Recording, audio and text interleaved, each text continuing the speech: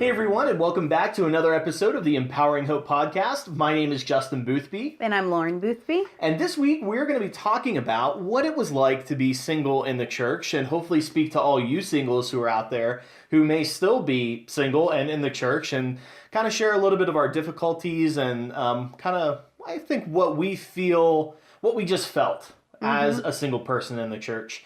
And then we're going to talk about how it's been being married and being in the church. And so being in ministry. And being in ministry and being married. And so we've got a really fun podcast lined up for you guys. Today we're going to be doing it as raw as possible. We've already screwed up the introduction a couple of times. We'll see how this goes. We're going to try to do it as raw as possible and have no edits and just have a conversation back and forth.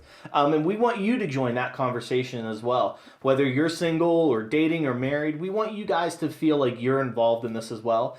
You can comment or you can send us messages. Just make sure you're always being respectful to other people in the process.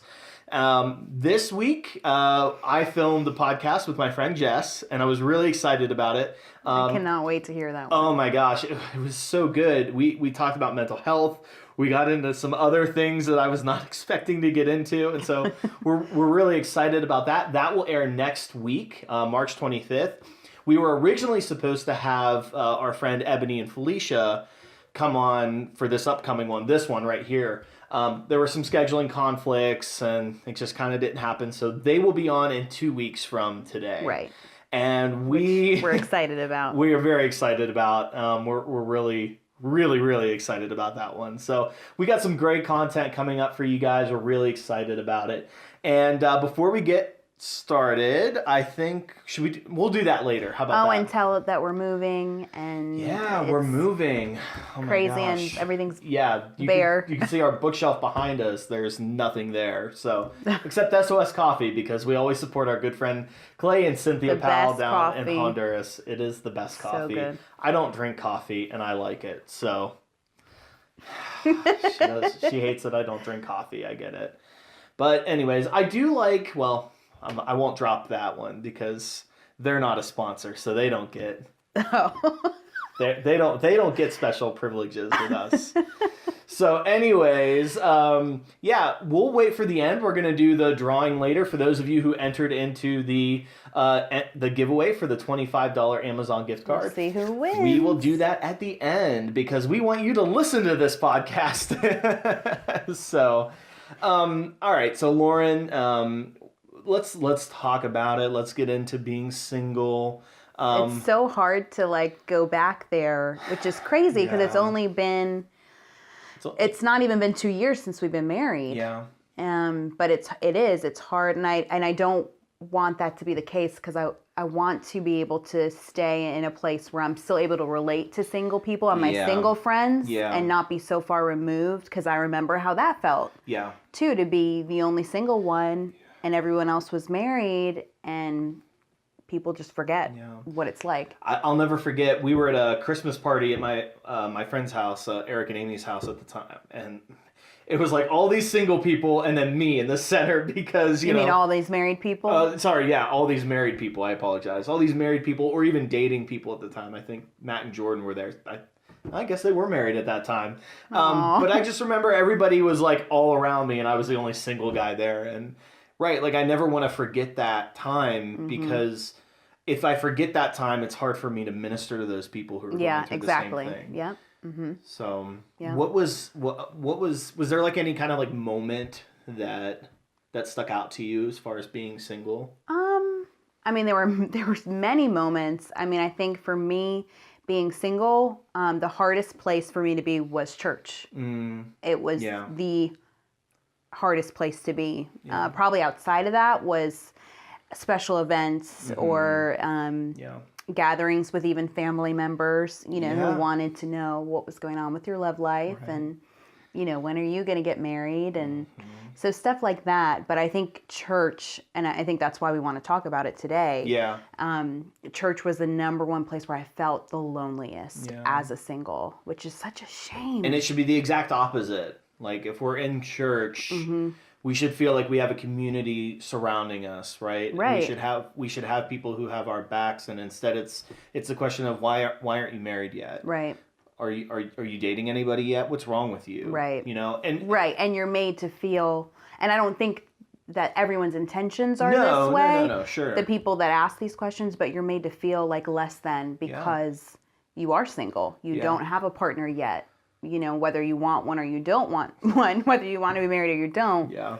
You're made to feel like you're less than because you don't have a partner. Yeah. And I felt that way, especially in college. And, you know, of course, I went to Southeastern, and it's like, if you don't have somebody, what's wrong with you? You gotta have a get disease. that ring by spring. Ring by spring, yeah. I mean, I would say they pressured us into having a partner, having somebody. Absolutely. And I'll never forget, we had Dr. Rutland, who was giving this speech at one of the, I don't know if it was a convo, like one of those, what are they called? The chapels. I don't know if it was a chapel or if it was like a special crazy. event. I loved Dr. Rutland. I did. I love Dr. Rutland too, but I'll never forget this. It was rainy season in Florida. You know, it was probably September, October. It's always thunderstorming at that time. And he goes, men?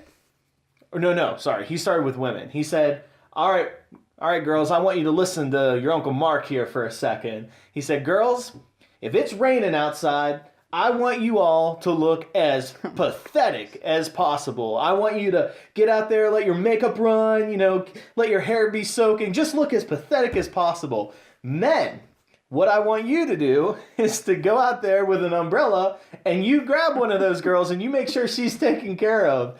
And the whole purpose of that was ring by spring. If you don't have a girlfriend by the end of the year, like, what's wrong with you? Mm-hmm. And that's how I felt. Yeah. And it just never happened for me in college. You know, I tried. I wanted it to happen so bad, and it never happened. Yeah. And I think, like, to touch on singleness for a second, because especially in a church setting or school setting, wherever, because we're made to feel less than, I know for me, I try to force situations. Yeah, absolutely. Because I'm like, okay, there was this pressure. Yeah. Like, I've got to get the prize. Right. I've got to go the distance to get a husband, you know, to gain a spouse. And it caused so much unnecessary heartbreak in the long run. Yeah.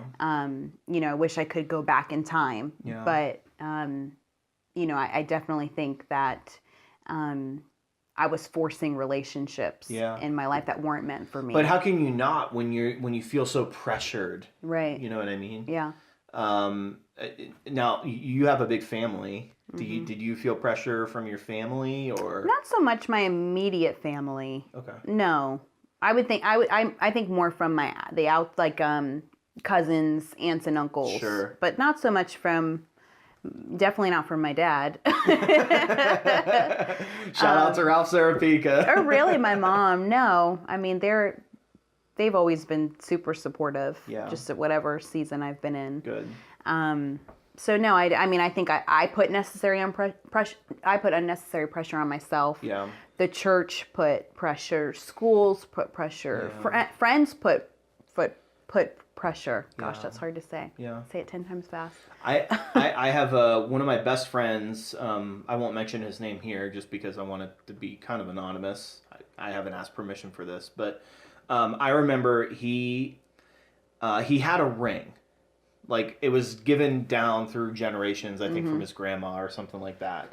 And, you know, there were other people in the church who had gotten engaged at that point.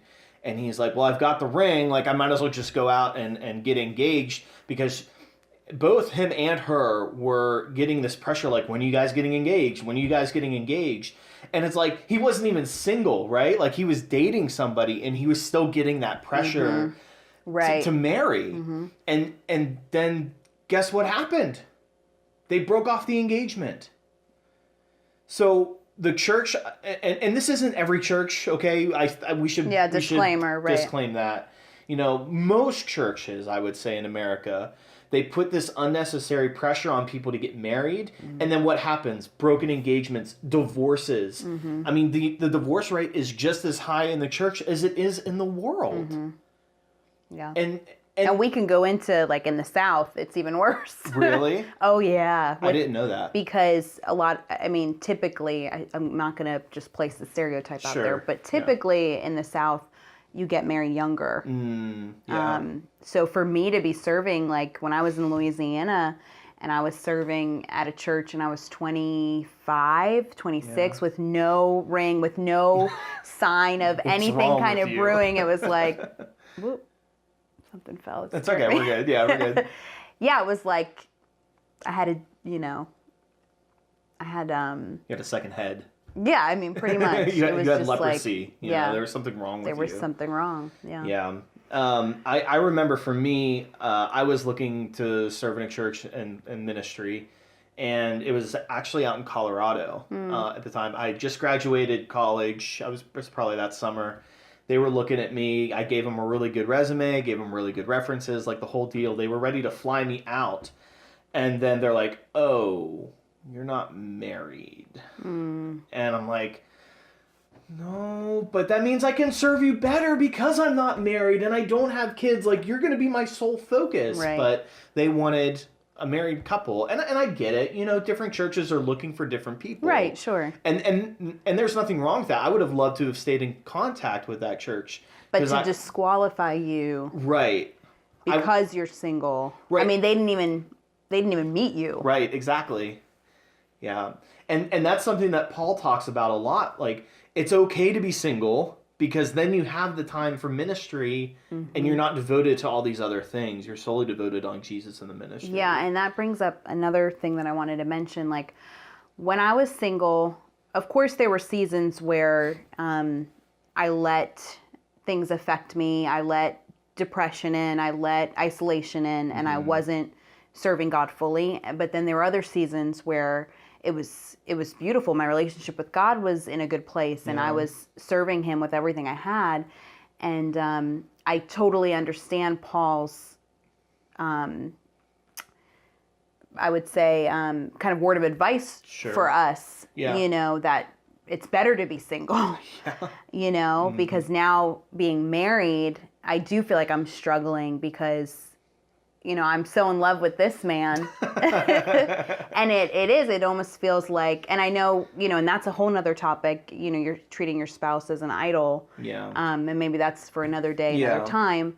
But now I have him on my mind, you know, whereas before it was easier for me to have God on my mind. Yeah. So it's definitely harder as a married couple. But when I was single, I thought, well, it'll be easier because we can serve together and double the power, you know, which is not always that simple. Which is true, but it's not always that simple, right? Yeah. I'll tell you, my hardest time, like hands down the hardest time I ever had being a single person was, this was 2013. One of my family members had just tried to commit suicide, and I'm not going to say who that was, obviously. One of my family members tried to commit suicide. It was very, very devastating for me. Sure. And that was the week. That was the week before my best friend Matt got married. And then we took a mission trip to Colorado. And then with the youth group. And then my other best friend, Verderber, was getting married. And so there was this absolute chaos that surrounded my life.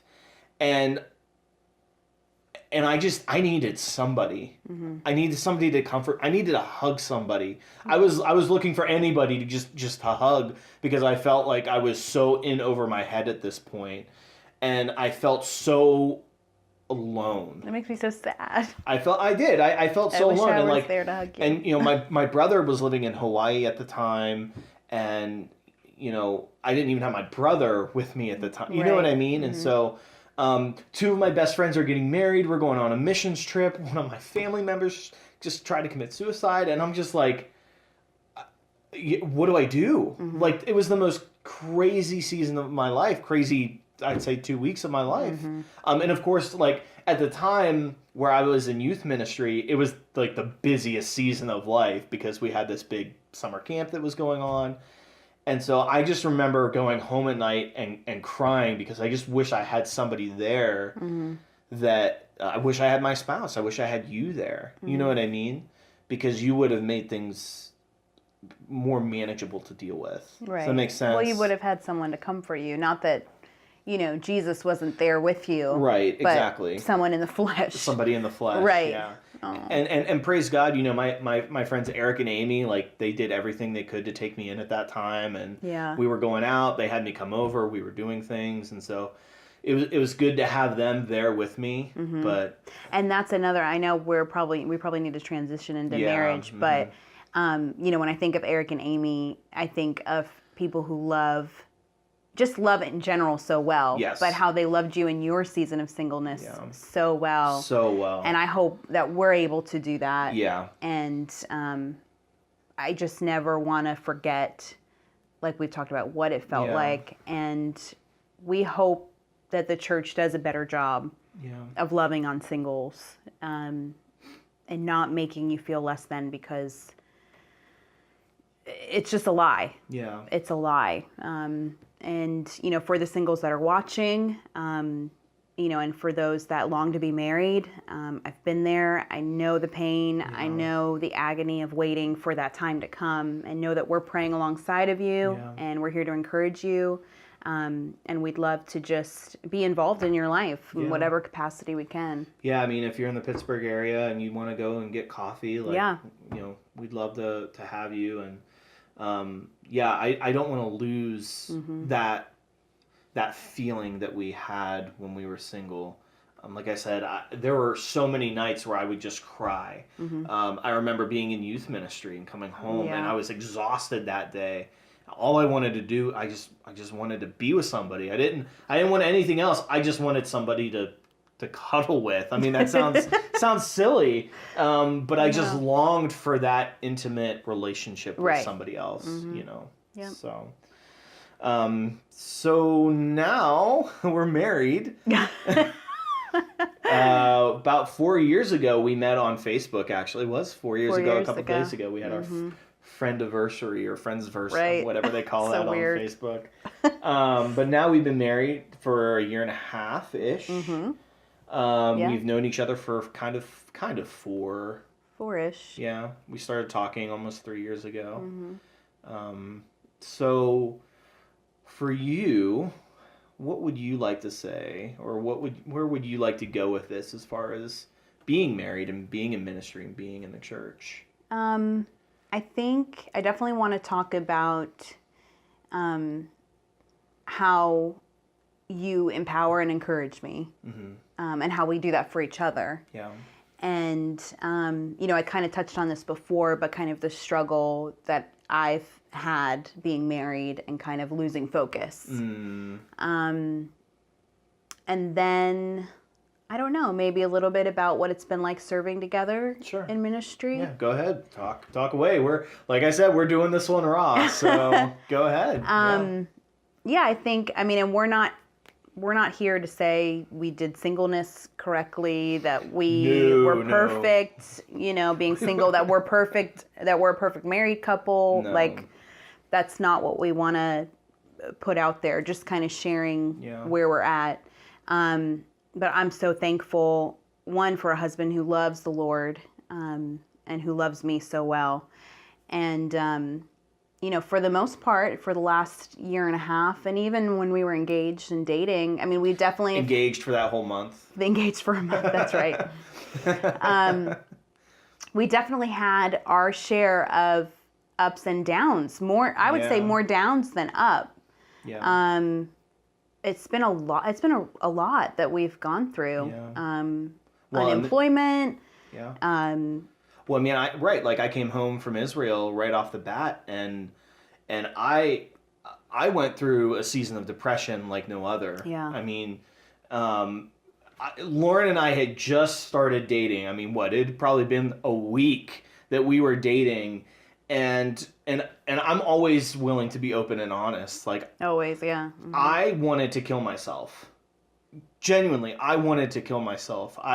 Even though I loved her so much, even in the whole week that we were dating, I felt, I was just so depressed. I came home from Israel and I was living at my parents' house. I was living in my parents' house in their living room. I didn't even have my own room at the time. And I genuinely went through this season of depression for probably, I mean, at least a good month or two. Yeah. If but there were a couple times where it was bad. It was really, really bad, and I'm thankful that even in the whole week we were dating, you were there for me, and you loved me, and you were on the phone with me. I'm whenever not gonna get emotional. I'm not gonna cry. No, but it's good, and I figured, man, if she's willing to love me through that, I guess she's worth having. But and it was hard. I mean, not to sugar, like, we're gonna be pretty raw and vulnerable. Be real. It was hard. It was really hard. Because there were times where I didn't know what to say. I didn't know what you needed in those moments, and that's when the Holy Spirit really just came through. Thank God. Yeah. But yeah, I mean, there have been some dark times. Yeah. Right off the bat. Right off the bat. Yeah. Right off the bat. But I feel like through those seasons, that God just was doing a work in both of us. Yeah. And just kind of, this is going to sound so cheesy, but like weaving our hearts together through the process and through the hurts. No, it's not cheesy. I think it's true. Yeah. Yeah. You need to take over before I start crying. I've definitely found that having a spouse has made a lot of things easier for me. I don't know how else to describe that. When you're around, I feel like I'm a better man. When you're around, I feel more empowered. When I'm at a speaking engagement, or even if I'm just giving a children's sermon on Sunday morning, knowing that you're back there, it empowers me. And not to say, I don't want to necessarily put down other couples that don't experience that. That's not what I'm trying to say. But I feel like that's how it's supposed to be. Does that make sense? Yeah. Like, you make me a better person, and that's not being cheesy or corny. Like, genuinely, I feel like a better person when I'm with you. And so, I think for me, being in ministry and having a spouse has made things easier, even though I may feel like I can't devote as much time to ministry like I used to be able to. Right. I feel like ministry has been easier having you by my side. Does that make sense? Yeah. And I think, just to kind of backtrack for a second, I think for me, there was definitely a grieving process after I got married. Yeah, I remember you talking about like that. It was kind of rough for a little bit. Not that our relationship wasn't good, or it was just a grieving of my singleness. Yeah. It was like a season was ending and a new one was starting, but I needed to let myself grieve that season first before fully entering into this, new and exciting season. Yeah. So, yeah. And I think some things just came so naturally for us. Yeah. But we had waited so long for each other. Right. And we knew what we wanted. And when we allowed that time to occur, I thought it would be hard because we had been single for so long. Right. Stuck in our ways. Yeah, honestly, I thought that's what was going to I was so nervous about being married after being single for so long for that very reason. Yeah, I was kind of nervous about that too. And for us, I mean, I think I think we're like the exception to the rule, in that it wasn't. I mean, was it hard for you? No. Okay. And I think I was nervous because I was very independent before. I did everything on my own. Yeah. And I was okay. I was mostly okay with it. Besides going to church. Yeah. We'll talk about that in a second. But yeah, I was afraid that I was going to be too independent. And now I feel like I'm too needy. He does so much for me. But I don't, I think that's what I was afraid of too. Like I would just be too independent that I don't need you, Yeah. But. Yeah. So let's talk a little bit about being married and being in the church. What have you seen, or what were some of the things? I remember earlier you talked a little bit about how the church should mirror. Yeah, I guess that goes back to singleness, but right. I guess this is touching on singleness, but I was gonna say I feel like the same kind of love that a husband and wife share, not so much in the physical sense, like Sure. physical intimacy, Right. but it's the same love that should be mirrored in the church. Yeah. And the church is supposed to be a place where we're home, right? Where we're family. And the one thing I actually want to challenge, of course, but it's supposed to be a place where we're getting what we need relationally. Yeah, as Jay would say, meeting each other's emotional needs. I mean, that should be one of the number one places where we could go to be filled up in all senses, spiritually, emotionally. And I just feel like that doesn't happen for singles. And I know we kind of touched on that a little bit, but as a married couple in church, I still feel like there's pressure. I still feel like there's certain pressure. I mean, not that I was considered a pastor's wife in this role. No. But I do feel like certain people had a very I don't know how I want to word it, but like a narrow perception of who I should be. Thankfully, I'm in a place where I don't really care what other people think. Yeah. Good for you. Lucky you. I wish I felt that way. But yeah, I mean, and then still like kind of, when you're single, there's pressure to get married. Now that we're married, there's pressure to have kids. Yeah. Yeah, and then after you have kids, it's like, when are you gonna have grandkids? Like there's always another thing that people are trying to pressure you on. Right. Another season of life people are trying to push you into. Yeah. Yeah. And it's like, I don't care. Like, I just need you to love me right now. Where I'm at. Meet me where I'm at. Love me where I'm at, And that's what Jesus did. Of course, Jesus challenged us and Jesus pushed us to be, better people, but of course more than that. But Jesus just loved people where they were. And that's what the church needs to do too. And that's probably something we could probably spend an entire podcast on. Yeah. But yeah. But yeah, I mean, those are my initial thoughts, but I'll let you. Yeah. So I feel like when it comes to church and ministry, as I would say followers of Jesus, as Christ followers, as Christians, whatever you want to call us, we have a responsibility to love people where they are. And that means loving singles. And that means loving people who may have been dating for a long time and maybe they're not engaged yet. And that means loving people who are engaged who aren't married. You know what I mean? Loving people with where they are and not pressuring them into something.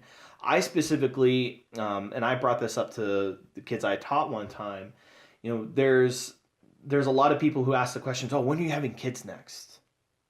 When are you having kids? When are you having kids? When are you having kids? And you don't know what that woman has gone through, and I have a different perspective because I know women who have gone through infertility, and I've seen firsthand the pain that women experience when they're asked that question after having that happen to them, and it's just be sensitive, I think. Well, and same, going back to being single. Yeah. Be sensitive. Yeah. Just because you don't know, not to relate being single to infertility. Right. But not you don't know what a single person has walked through. You don't know where they're at currently. You don't know the heartbreak that has, been in their life. Just be sensitive. Yeah. I mean, that's really...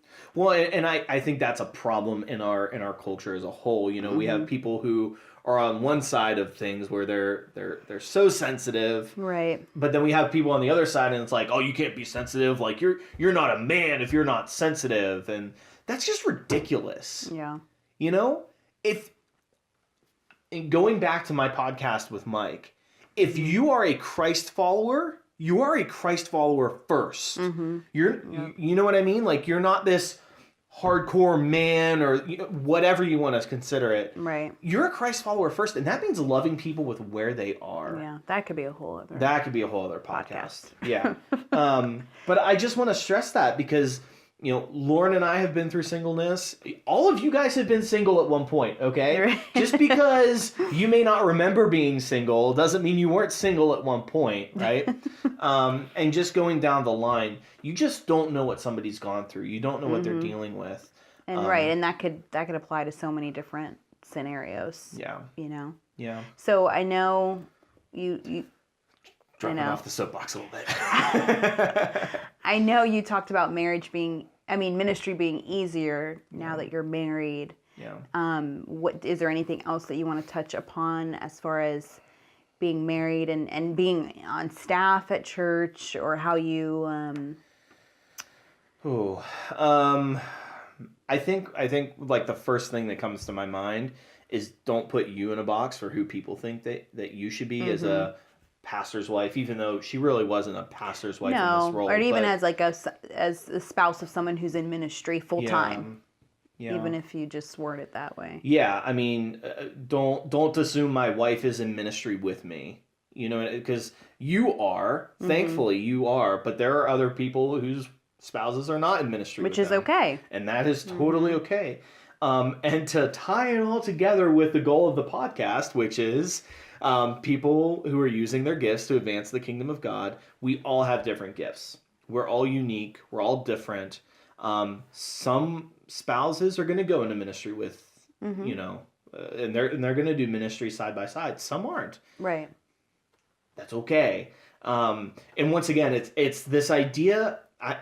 It's pressure.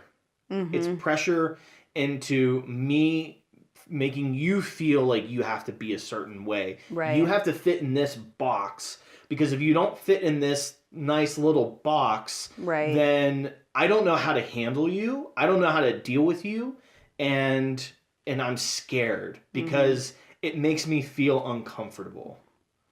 Oh, that's a good one. Maybe that's a whole podcast. No, but that's how I feel it's become. Yeah. We've normalized certain people in different roles in ministry, and if they don't fit in that box perfectly, there's either something wrong with you, or I feel uncomfortable, and therefore I'm gonna put pressure on you to fit into that box. And you're like stuffing a triangle right into a round hole. I thought you were going to say sausage. What is it? A round peg into a square hole. Right. Yeah. You're trying to put a round peg in a square hole. Oh my gosh.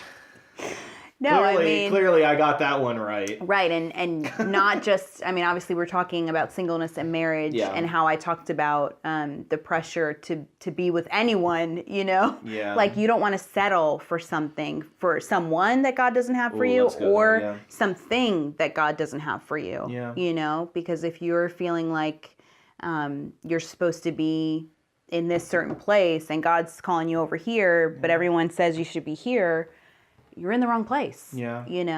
Yeah. I to touch on that for a second, I remember getting set up for different dates. People would always try to set me up with somebody, and there were a lot of times where I just knew. I knew right off the bat it wasn't going to work, because I knew that God had somebody else for me. I knew God had you for me. And if I didn't like that person, I was awkward. Called, yeah, but I was called shallow. I was called all too these picky, things. You're too picky. Yeah, too picky. Yep. And it's like, I'm going to be living with this person for the rest of my life. If I can't get along with them on the first try, right? At that point, you're pressuring me. Once again, you're trying to fit me into this mold of who you think I should be. And who you think I should be with. Right. When I know what God has for me. Yeah. And you are worth every second of that wait. Every season of struggle that I went through, every season of doubt and depression, everything that you weren't there for, it was worth waiting for you, because you were what God had for me. And I would say that to single people. Yeah. It's okay to wait. It's Don't okay. Don't settle. Because what's going to happen, you're going to get 10 years down the road and you're going to have kids and you're going to wake up one morning and say, man, I'm not happy. And then you're going to think, well, I never loved this person to begin with. I was just trying to appease these people over here, or whatever the reason was. Mm-hmm. And then you're going to get a divorce. And then you're going to put kids through that divorce. You know what I mean? And so you never want to settle for somebody that you I would say don't believe in. Yeah. Yeah. I mean, and don't settle for someone that's not God's best for you, because God does have his best in mind. And I think we just get impatient, and we try to force and we try to rush. And God has his best in mind for us. Yeah. So I would say, to wrap this up, I would say this to single people. Don't give up. Wait. Don't settle. Church, don't look at single people like they have leprosy. It sounds like I'm joking, but I'm being very dead serious. I am so tired of the church looking down on single people because they don't have somebody in their life. Yeah. They are just as worthy and useful for ministry as anybody else. Just because they're not married doesn't mean they can't do ministry. Because then Jesus couldn't do ministry. Paul couldn't have done ministry. All these people couldn't have done ministry. Oh, because they're single. How dare them? What's wrong with Jesus? Jeez, Jesus, why couldn't you have been married? Then everything would have been better. And don't overlook singles. Yeah, don't overlook singles. That's good. Spend time getting to know them. Yeah. And bringing them in. Inviting them into your life. That's good. And then this. If you have a singles ministry, don't try to pressure them into getting married. You know what I mean? Like it goes round and round and round. It's like if you're single, well then come to our singles ministry. Then you can find somebody there. And it's like, okay, God, well my partner is actually like probably 10,000 miles away. But, you're still trying to force me into this one girl over here who I don't even like. You know what I mean? You can tell I've had this, like, building up over the course of 15 years or something like that. Yeah. You're married now. I'm married now. I'm a married spud.